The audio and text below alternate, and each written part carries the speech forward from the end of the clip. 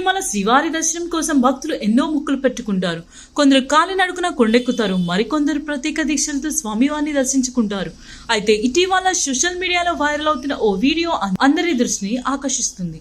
అందులో అత్యంత వృద్ధురాలిగా చెప్పబడుతున్న ఓ మహిళ అలిపిరి మెట్ల మార్గంలో తిరుమల కొండను అధిరోహిస్తున్న దృశ్యాలు నెటిజన్ల ఆశ్చర్యానికి గురి చేస్తున్నాయి. వైరల్ అవుతున్న వివరాల ప్రకారం ఆ మహిళ కర్ణాటక చెందిన వారిగా తెలుస్తోంది. కుటుంబ సభ్యుల సహాయంతో ఆమె కాలినడక యాత్రను ప్రారంభించారు.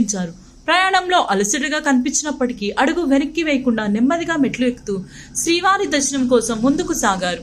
మధ్య మధ్యలో మనవలు చేయూతిచ్చినా సాధ్యమైనంత వరకు స్వయంగా నడవాలని ఆమె పట్టుదల అందరినీ ఆకట్టుకుంది.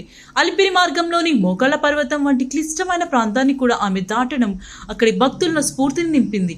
మార్గమంతా పలువురు భక్తులు గోవిందా గోవిందా అంటూ ఆమెను ప్రోత్సహించడం వీడియోలో కనిపిస్తుంది. భక్తి, ఆత్మవిశ్వాసం కలిసి ఉంటే వయసు కూడా అడ్డంకి కాదని సందేశాన్ని ఈ ఘటన తెలియజేస్తుందని పలువురు అభిప్రాయపడుతున్నారు. ఈ వీడియోపై సోషల్ మీడియాలో విభిన్న స్పందనలు వ్యక్తమవుతున్నాయి. వృద్ధురాలి సంకల్పాన్ని ప్రశంసిస్తూ వేలాది మంది కామెంట్లు చేస్తున్నారు. అదే సమయంలో ఆమె వయసు నిజంగా 116 అనే విషయంపై ఇప్పటి వరకు ఎలాంటి అధికారిక ధృవీకరణ లేదని మరికొందరు గుర్తు చేస్తున్నారు.